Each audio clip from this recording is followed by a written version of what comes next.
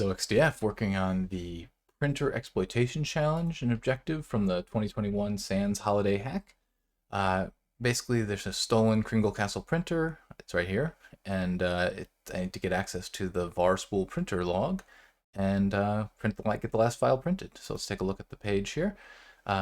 Viewing it, it looks like a very standard printer page. Some status stuff. I can refresh. The details don't really work. There's some setting stuff here. A lot of it requires a password, reports, etc. What's really interesting is going to be this firmware update. Now it says firmware must be uploaded as a signed firmware blob. I can upload here, but I can also download the current one to take a look at what that looks like.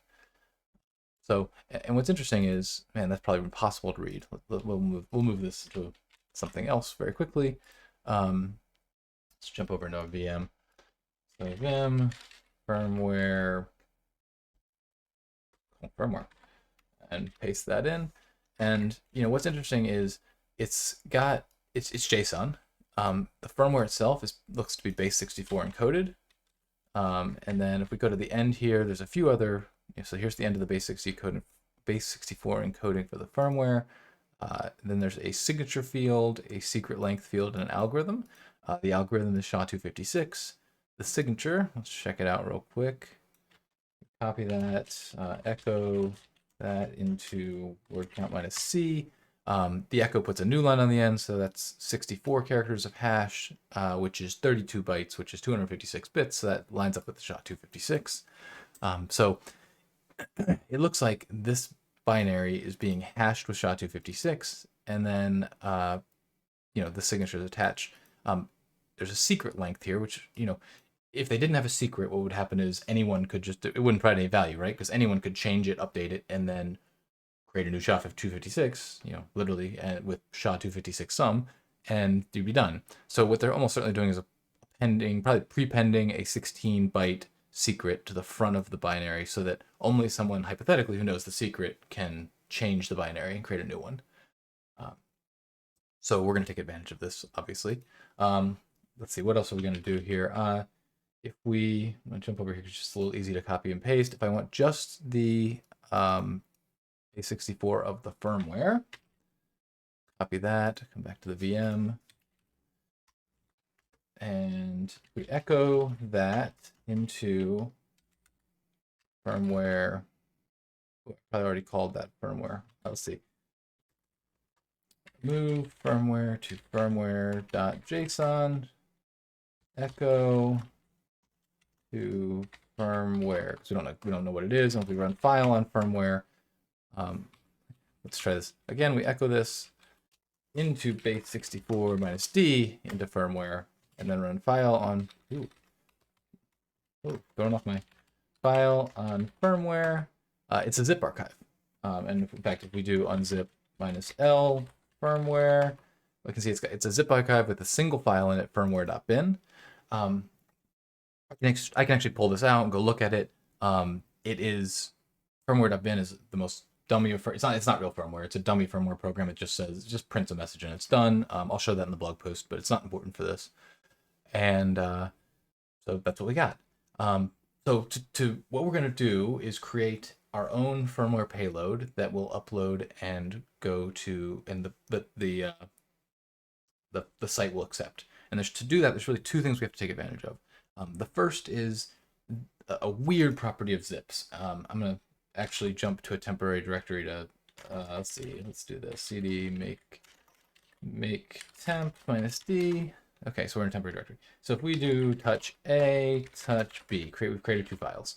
And if we now zip a.zip, put A in there, and we zip b.zip, put B in there. So I've now created two zip files. If I unzip minus L a.zip, you can see A is in there. If I do that for B, you can see B is in there. If I append these two things together, so if I cat a.zip and b.zip, and I put it into c.zip, and we can tell this is appended because let's see, ls minus L, you can see a.zip is 152, b.zip is 152. When you put them together, you get 304. So that's good. If I run unzip on c.zip, what do we expect to see? It's literally the two zips concatenated.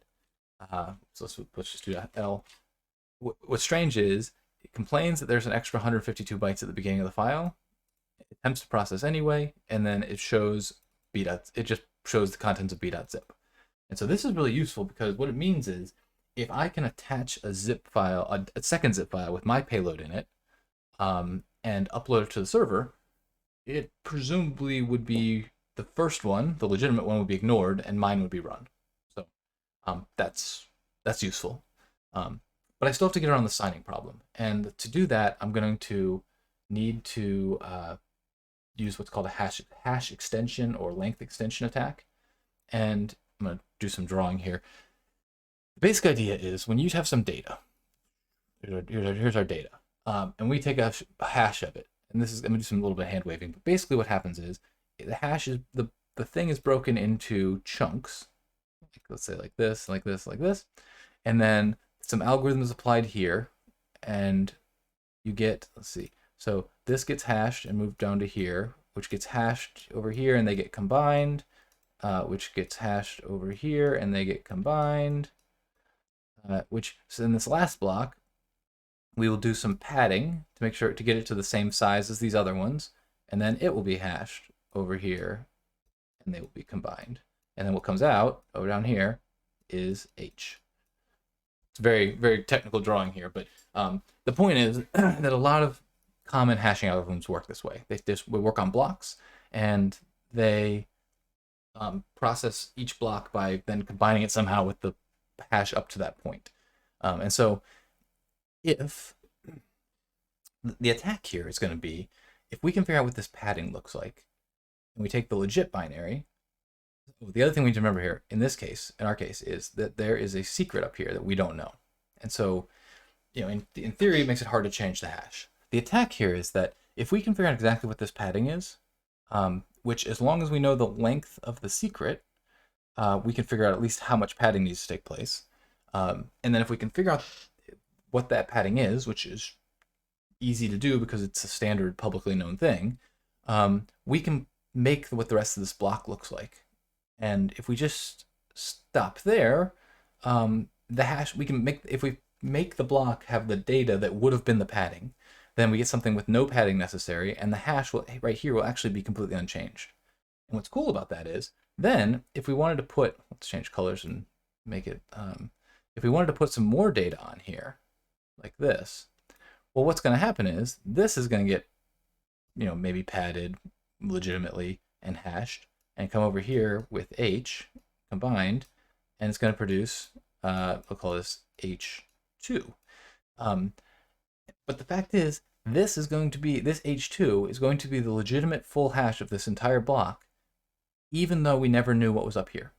Because at the end of the day, what's needing to be combined in here is H. So as long as we know H, up here we can write a red H, which is what they gave us. As long as we know H, and as long as we can pad this out correctly, which means we need to know the amount of, we need to know that the spacing that would be, added, as long as we know that length, then the rest of this actually we can do, because because of the way this process works, we don't need to know each step along the way. We just need to know this H here, which we can then combine and get our H2. And so we'll get a different hash out, but that hash will be valid even though we never knew the secret. So we aren't going to do that by hand. We're going to use a tool called hash extender. And in fact, let's go back. In fact, we're going to use a specific fork of hash extender because it's got a pretty neat command that just makes it super easy. So we'll think this through. Let's go through here. Let's step by step now. We need to make a payload.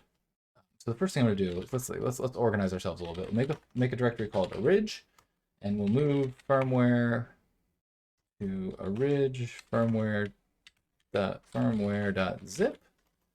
That was the zip, and we'll move firmware.json to orig. Cool. And now we're gonna make a directory called attack because we need to make our own stuff here. So we'll call in attack, we'll call vim. Let's see, attack.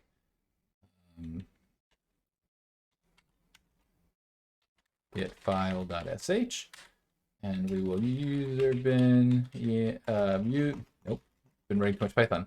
We will bin bash copy, and then over, let me go grab somewhere in the hints. They gave us the paths we needed to follow here. Yeah, so we need to copy. We need that path. So it told us that that is going to be accessible via the website. Put that in here. We'll call it output file oxdf just to make sure it doesn't stomp on somebody else's. And then up in the objectives, they tell us that we need var spool printer.log. So we're going to copy var spool printer.log to this public directory under, we'll just call it oxdf, oxdf.html, so we can just read it real easily. And that's going to be our whole script. Now we need to put that into a zip file. So we will go into attack. If you do this from outside attack, the path will be wrong. It won't make any, it'll be making it make any sense. So we will zip firmware.bin file.sh. Go back up here. Now we're going to cat orig firmware.zip and then attack firmware. Oh, I didn't want to call it firmware.bin. Oh, that's sloppy. Here, hold on. Move attack firmware.bin zip. If you're not familiar with this bash syntax, if you've got the squiggly braces like this, that's going to be the equivalent to, writing out. It breaks that into two different commands, and the first one will be attack firmware bin, the second one will be attack firmware zip. So just a shortcut. Okay, so now we're going to cat orig firmware.zip. We're going to also cat attack firmware.zip, and we're going to call this payload.zip. Awesome.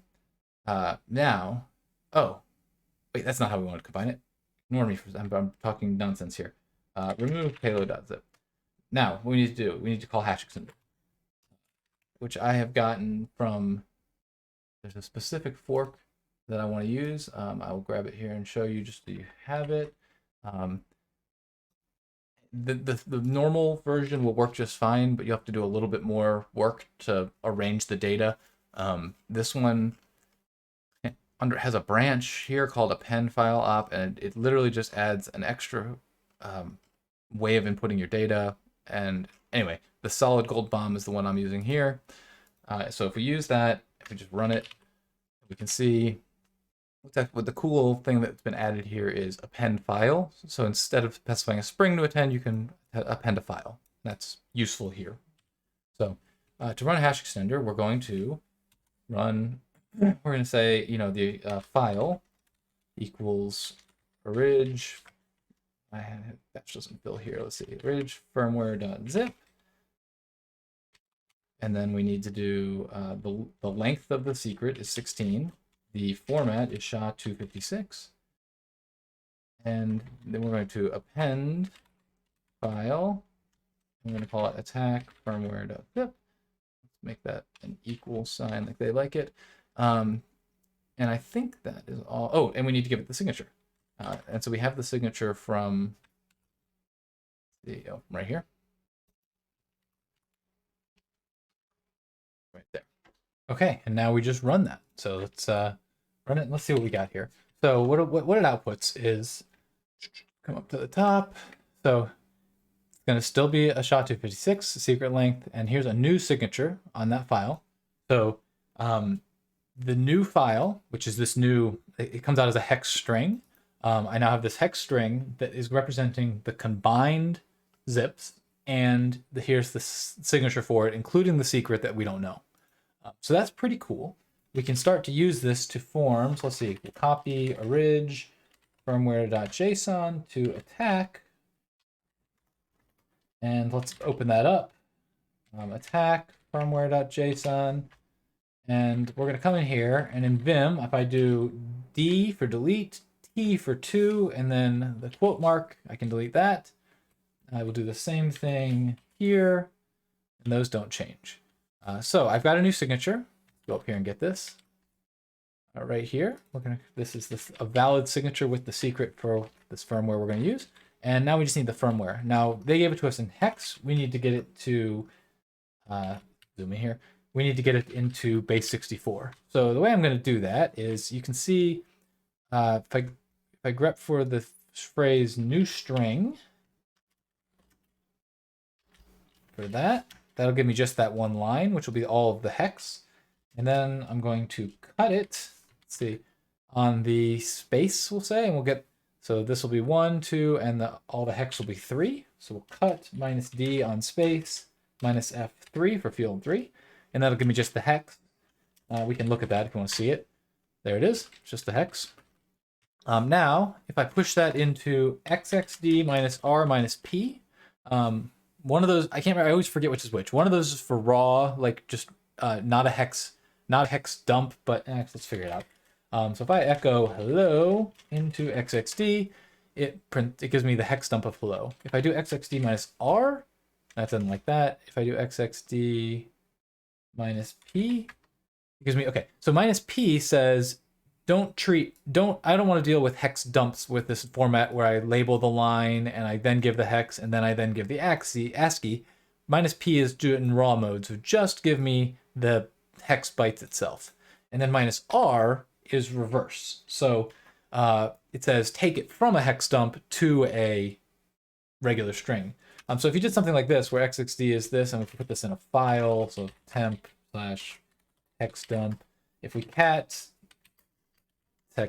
temp hex dump and we put it into xxd minus r for reverse, what's going to come out is hello. It's going to read in a hex dump and it's going to put it back to its raw form. So when we combine those two things, let's try really exiting. There we go. When we combine these two things, we're going to take this long hex string and we're going to convert it back to the binary that it comes with. And then we don't actually want the binary, we want to base 64 it, so we'll put it into base 64, and we want it just on one line, so we'll do a -w0, for W is like how many characters per line before you wrap, 0 means never. And with that, we get base 64. I'm going to shrink this for a second so I can copy it. Whoa. Do it again. There we go. Grab that. Get big again so you all can see, and we will come back here and paste that in. And now we have our new attack firmware.json. It should be signed. Actually, let me show you real quickly.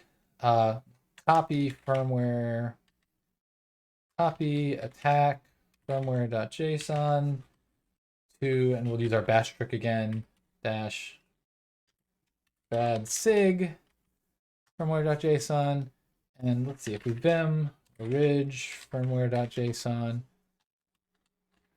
and get this signature from the end. I just want to show you what would happen if we didn't change the signature. So if we do vim attack firmware,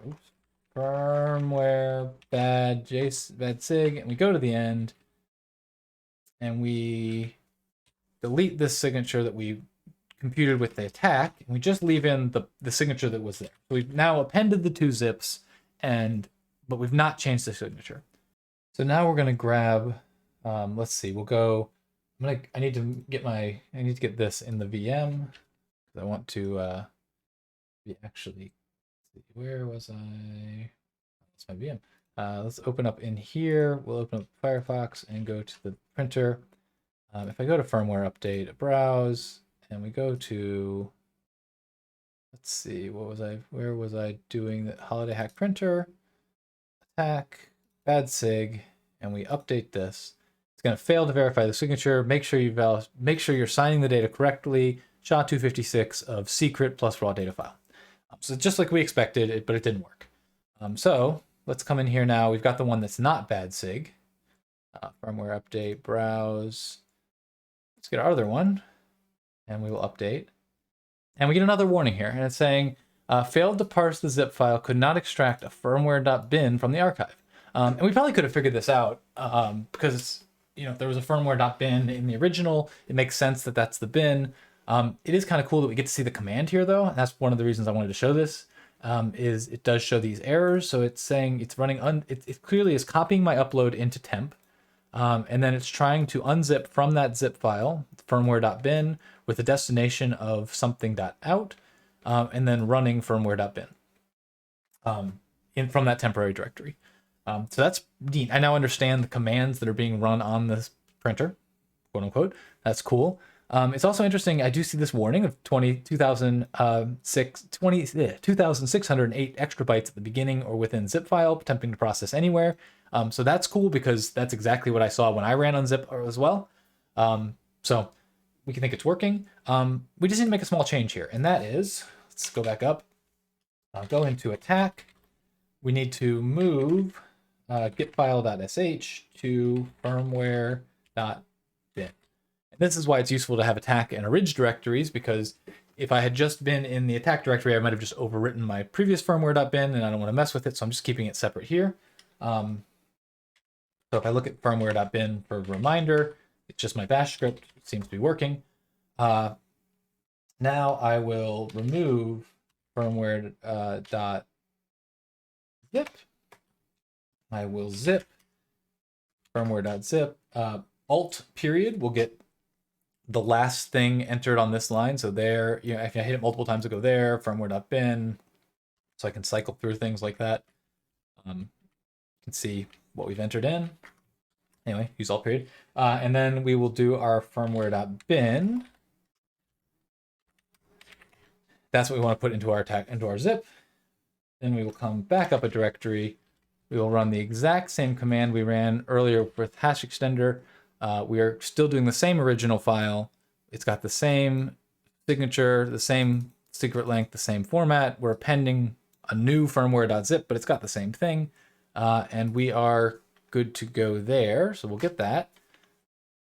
Going up to the top, we have a new signature going here. So we'll vim attack.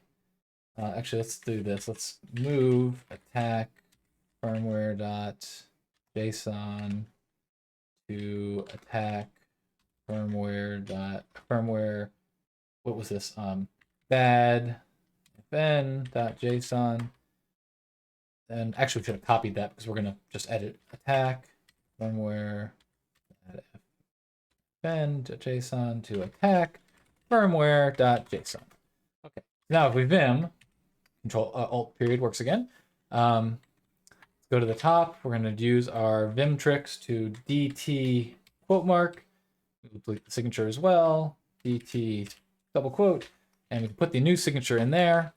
And then we just need to come up here and get the same thing we did before, where we are going to use our greps and cuts to an XXD to get the new thing. I'm going to zoom out before I do this so that I can copy it easily. Let's see. Right there. Go down. We can paste that in. Zoom back in for you. Oops. Zoom back in so you all can read. And we exit. And we now have attack firmware.json. Let's try that again. Firmware update, browse, firmware.json, update. And it's successfully uploaded and validated executing package in the background. So if this worked, we should be able to read from, I forgot where we're supposed to be able to read from. Let's go back to our badge. In the hints, in Crinkle Castle / in printer Crinkle Castle / incoming. So we'll come back here and we'll do /incoming /oxdf.html. Oops, that's not there. Is that what I called it?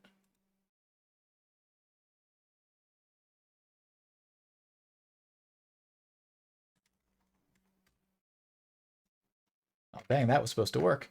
Let's see. Vim attack. Copy var spool printer.log to applim public. Try, but just make it oxdf.log.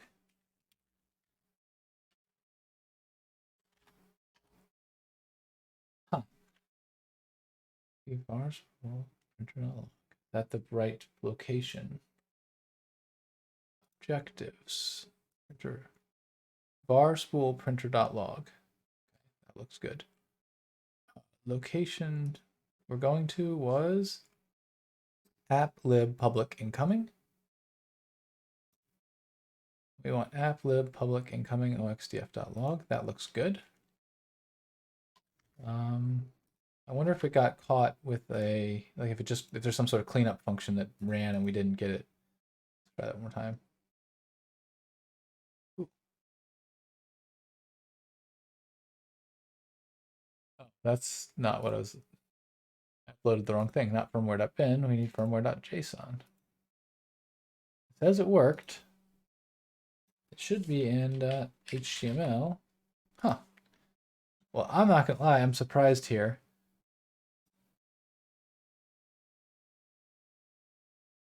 Let's try this. Let's try slightly changing the payload, I guess. The only other thing we might need to do is make this executable before we zip it. I wonder if that's part of the problem. This leads into kind of a, well, let's see. So if we need to, let's go into the attack. If we then change mod plus x firmware.bin, ls minus l firmware.bin, okay, it's executable now. If we now move firmware.zip old like that, and now we zip firmware.zip firmware.bin, the md5 sum firmware.zip star. They are different. Okay, let's try this one. I wonder if that was the problem, so I didn't set it executable. So we will run this again. The hash, we get the sig, vim, JSON, delete this, D2 there, the speech mark, paste that in, then we need to get the firmware again.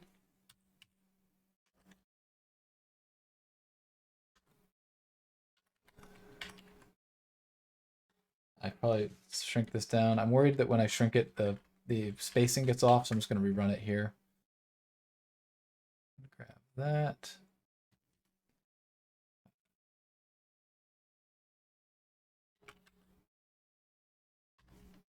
Paste. What was I was doing .log now, I think. Let's see. So we'll go up here, we'll run the printer, we'll browse, we'll do our firmware.json again. Probably doing different names to not be sloppy about this, but let's see. And there we go. I'm gonna guess that that was the executable bit, that it's important to set it as executable because when you unzip, those permissions are preserved. And so when I had that error log, let's see, I can get it back actually. I ran that file name, I believe. Upload that one.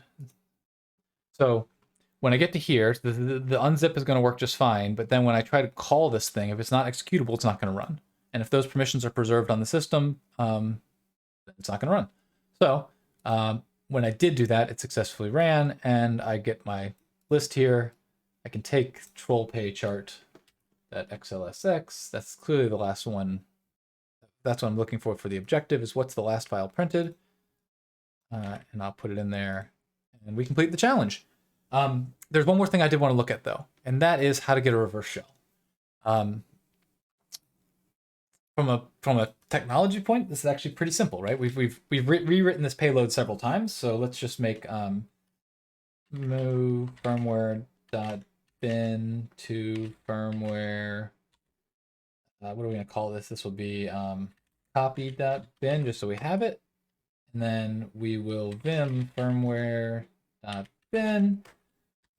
We will make it bin bash, and then we'll just do a simple bash -i reverse shell here, dev tcp. And here's the challenge: how do I talk to myself? Because my VM, I'm actually gonna catch this on my host, but even my host is behind a NAT router that doesn't talk to the internet, and that's challenging. And that's where a tool like ngrok is gonna be really cool.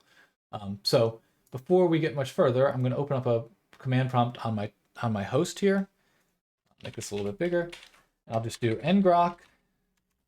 It's a program I've installed. You can go download it and install it. You have to create an account. For the free version, you can only have one tunnel running at a time, but that's perfect. That's certainly good enough. So ngrok, I'm going to do a TCP connection, and I want to catch it on port. Let's do an IPsec homage here, 9001. And when I run that, it gives me this. And what it says is, anyone on the internet can visit this public 0.tcp.ngrok.io on port 18.33.6, and it will get forwarded to my local host on 9001.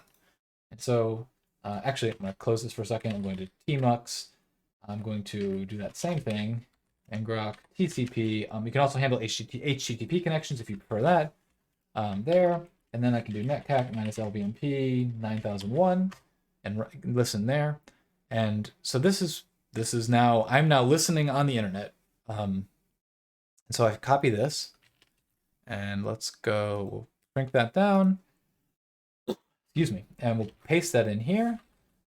And we have got that. Just like in, when I'm doing hack the box stuff and I put my IP address and my port here, I'm gonna do the same thing with the host name and the port, and then pop that into 0.1. I always want to test so first let's remember to do our change mod plus x firmware.bin. I always want to test it to make sure it works. Let's see, firmware.bin, it's hanging. That's the wrong thing. Where's my terminal?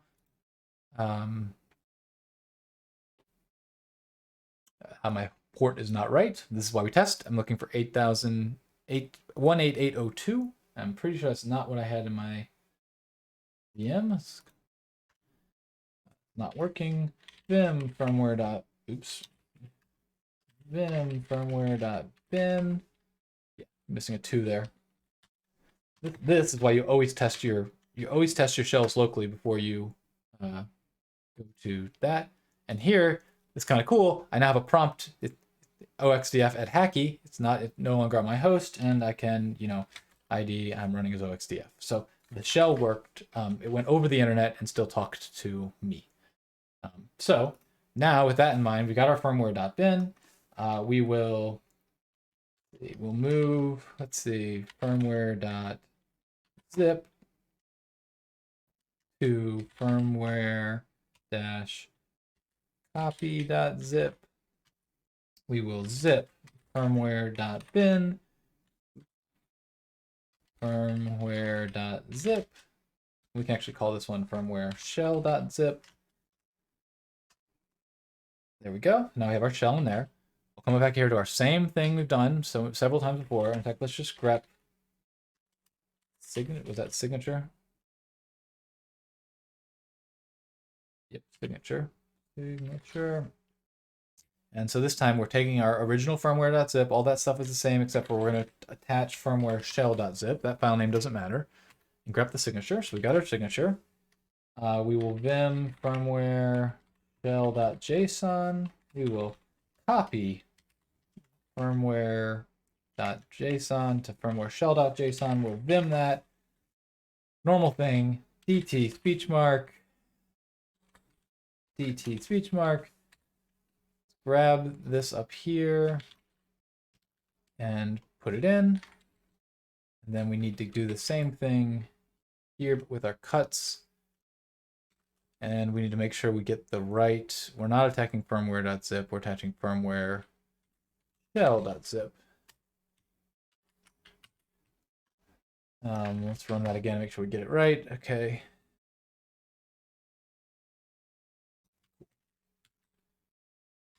Insert that there. That looks good. Let's go back to here. Let's grab firmware update, browse, firmware shell.json. Are we listening? We are listening. Update seems to have successfully loaded and run in the background, and we've got a shell here on the printer, which is pretty cool.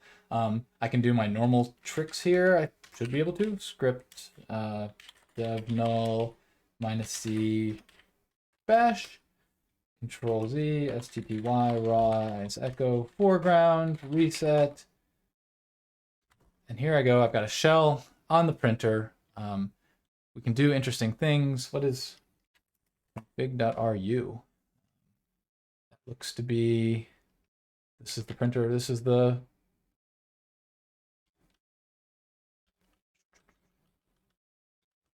I don't know exactly what that is. Let's see what else we got here. app printer.gemspec. Okay, that's interesting. Let's see what's in lib. There it is. Cd lib vim app.rb. Ooh, vim's gonna be tough. Let's see, cat app.rb. And here we go. This is the printer website running in Ruby. So we can see here's the a handle zip function, handle firmware function. Let's get down here to a path where we actually upload.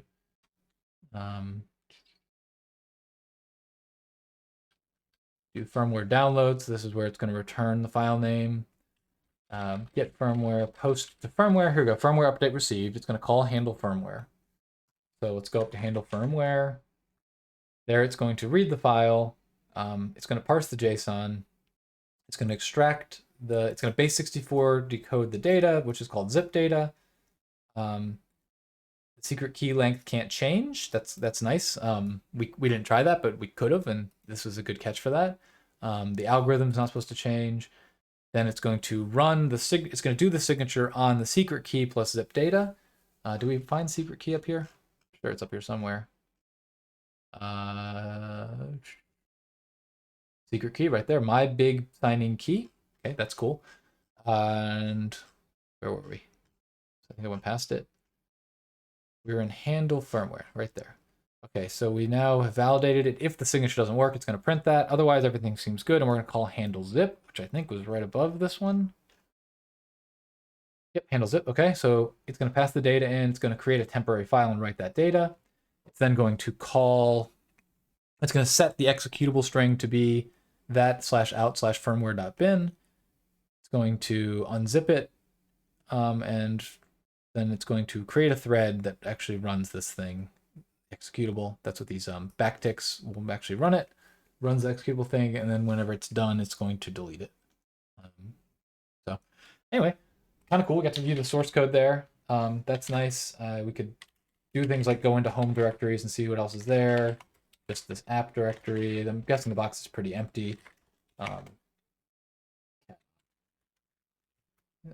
ls serve. Yeah. So anyway, that was it. We got a shell in the box, and we've pretty thoroughly owned this challenge. So thanks a lot, and we'll talk to you next time.